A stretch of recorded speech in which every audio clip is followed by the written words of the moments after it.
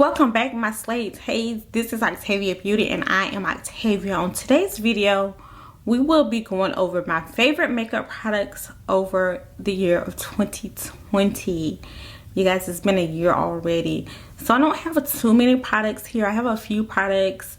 So this should be a very short video, but we're just going to go over some of the products that I really enjoyed, that I feel like really made 2020, I guess, better than it was, because 2020 was not the best of years. But I enjoyed these products, and so they gave me some joy in 2020. So let's sit back and relax. Let's enjoy some favorites. So I'm going to start with my primer. My favorite primer of 2020 was the Tatcha the Liquid Silk Canvas. I remember when I first purchased the original Tatcha Silk Canvas, I was like, they need to make this in a liquid, and then they did, and then I used it and I enjoyed it. It was amazing. This one is still pretty full though, because I have so much of the original and I want to use up the original before I really started to like dive into this. So this right here is just being put back until I finish up my original. Another product that I really enjoyed this year was the NARS Soft Matte Complete Foundation.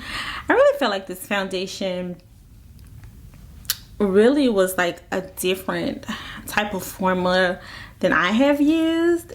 I really feel like that the coverage was really nice, and you know, I can't say that this was my favorite foundation of 2020. I do think after I purchased this foundation, I wasn't using a lot of my other foundations, but I definitely enjoyed this through 2020, and you know, your girl used it today. Too Faced, my Born This Way concealer is still gonna, Too Faced, I guess, unless they change the formula, this is gonna always be like one of my best concealers. I've tried other concealers. I have other concealers. You guys have seen me use other ones, but the Too Faced Born This Way is just like my fave. You know, what can I say? And we also have another foundation. It's the CoverGirl Clean Fresh Skin Milk Foundation. Now, this is a very light coverage foundation.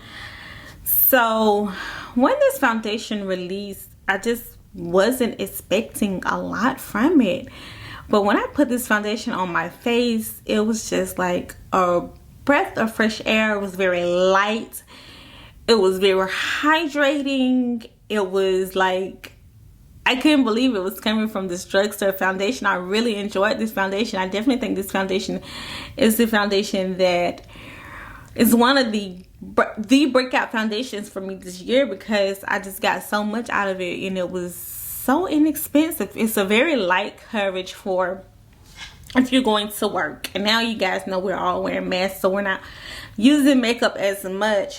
But if you was going to work and you didn't want to do a full face glam, you want something very light coverage, this foundation, I feel like it's a very good foundation for that. Like, you really can't go wrong with it. My next product is my Benefit Caramel Hula Bronzer. You guys already know that I love this bronzer, and it's just gonna be a staple in my makeup routine probably for like ever. It's like the perfect bronzer shade for me, and like this bronzer is just like, it's just amazing. I just love this bronzer. It just performs so well. Benefit did everything with that. We're proud that they had extended their shade range to include more people, period. The Laneige Lip Sleeping Mask. You guys, I love this product. I have backups to this product. I have lost one of these somewhere and I want to find it. And so if you haven't tried the Laneige Lip Sleeping Mask by now, like, you need to wake up and go to Sephora and check out and buy it, and you need to try it because you're gonna love it. Last but not least, I think this is my last product. My favorite palette of the year is very much an oldie palette. You guys have seen me use it so many times on the channel.